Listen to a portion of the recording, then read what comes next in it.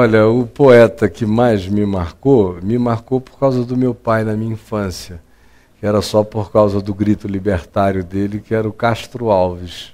As coisas mais cândidas que eu tenho. Depois dele eu conheci muitos poetas lindos, maravilhosos e tudo, mas que me gerou aquela impressão por causa da força dele na vida do meu pai, foi o Castro Alves.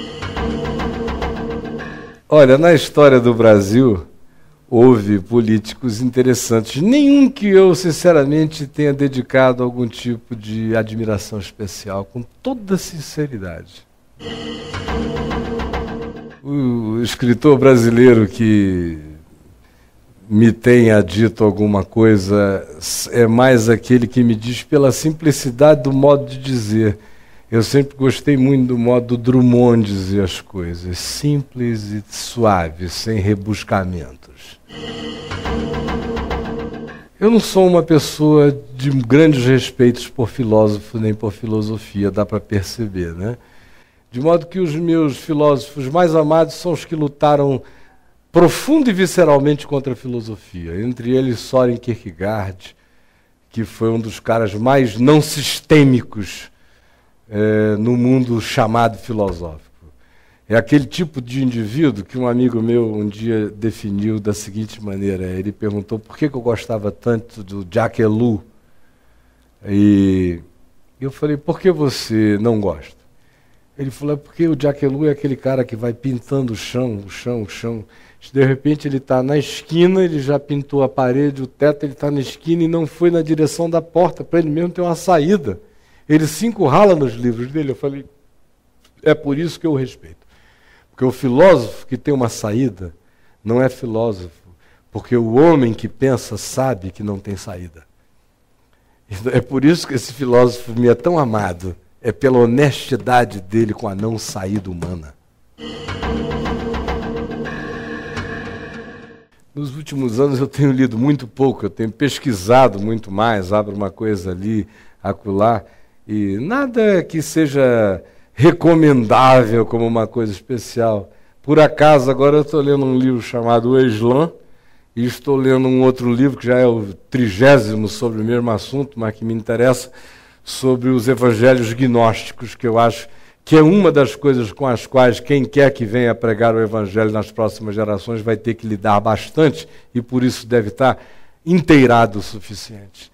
Mas não são recomendações daquele tipo, leia que você terá cócegas. Os meus livros, em geral, são úteis. Eu assisto canais, o 51 National Geographic, o 52 o Discovery Channel, o 53 o Animal Planet, quando não está muito infantil, e o 55 o History Channel. Assisto o 135, onde a minha pancadaria Virus rola solta. Onde tem lá o MMA, Anderson Silva, Minotauro, Vanderlei Silva, Fedor, essa moçada inteira está saindo no pau sem machucar ninguém, eu me distraio a beça.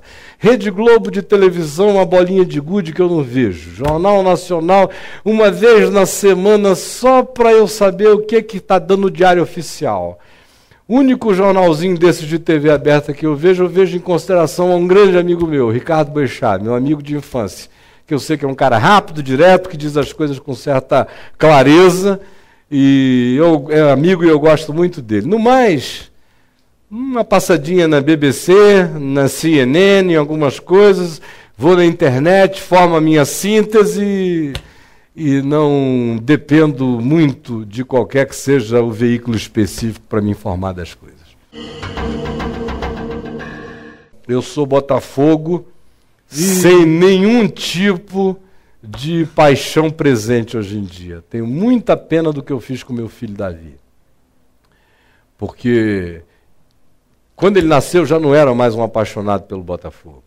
Já não era mais apaixonado nem pela seleção brasileira. Depois de 70, a única seleção brasileira que me gerou uma cócega de alegria foi de 82. Do Zico, Júnior, Falcão, Sócrates, ali tinha um time. Essas outras todas ganharam comigo chorando. É igual o Templo de Salomão e o templo depois construído depois do exílio. Quem não conheceu o primeiro fica achando o máximo. Romário fazendo gol de pênalti, aquele negócio todo, aquele futebol horroroso, esses Ronaldinhos todos bichados de alma, esses Robinhos que já nascem assim, embabacados, você entendeu? Então, esse pessoal aí, se ganham, eu me alegro pelos que não ficaram tristes quando eles perdem. Só isto. Fui alucinado por isso até 72, 12 anos, 13 anos. Tão doido que eu estava indo ser jogador profissional de futebol no Botafogo, quando tive um problema na perna esquerda. Aí fui para o jiu-jitsu, depois me converti, passei a ser um apreciador de qualquer bom futebol. Então, dependendo de qual time que está jogando uma boa bola, eu torço pelo Botafogo sem fanatismo, mas eu mudo sempre para o canal que me propicia um futebol bom de ver.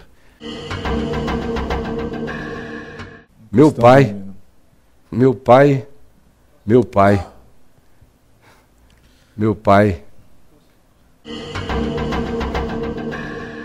contém a palavra de Deus em tudo que o diabo não fala, em tudo que os homens não estão falando de bobagem. Sempre que é Deus falando, é a palavra de Deus. Sempre que não é Deus falando, é Deus dando à palavra de Deus a dimensão do engano humano. Para que ninguém tenha dúvida acerca da palavra de Deus que inclui o engano humano. O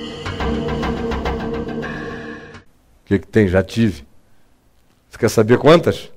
Não. Eu era imune à depressão até 1991, quando eu fui eleito presidente da EVB e tive que ficar tendo reunião com Edir Macedo, Manel Ferreira e todos esses mafiosos do mundo evangélico e tudo mais, e eu voltava para casa como quem tinha vendido a alma ao diabo de ter feito parte daquelas conversas ali.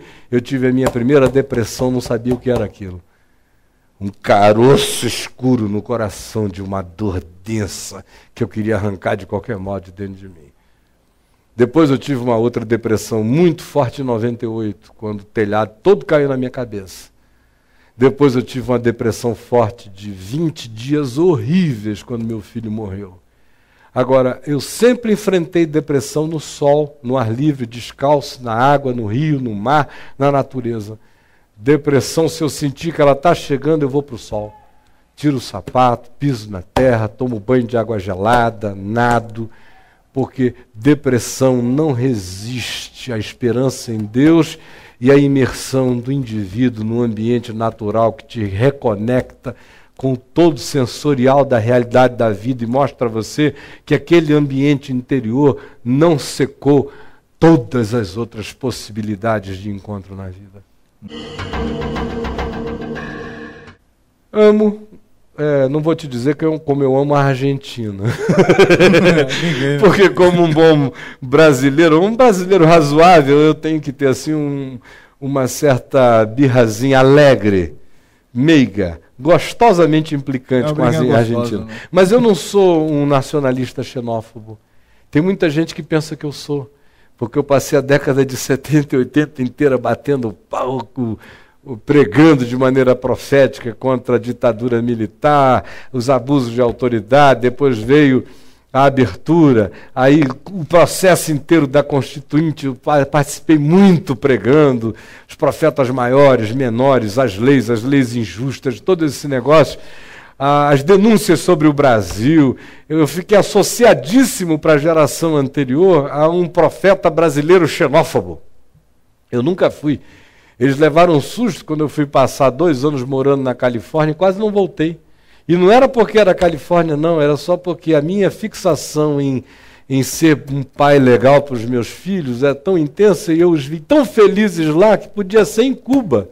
Tanto faria, o que eu queria era ajudá-los a manter aquela ambiência. Eu voltei por causa do ministério, mas eu descobri em várias ocasiões na minha vida que eu amo mesmo a gente, sabe? Não existe nada que me seja visceral do ponto de vista de dizer eu sou um brasileiro de alma e eu não conseguiria mais viver em nenhum outro lugar. É mentira, eu sou um ser humano. Sou um cidadão da terra, eu me sinto bem com gente, Eu amo gente boa, eu gosto de coisas legais, tanto faz a língua, a cultura, a vestimenta, o modo, a forma. São adereços totalmente secundários e não existe nada no Brasil que me faça glorificá-lo além de uma natureza exuberante, da minha terra, das pessoas queridas que eu amo aqui. Assim como eu amo gente querida em muitos lugares do mundo, não existe em mim nem um pingo de xenofobia em relação a este país.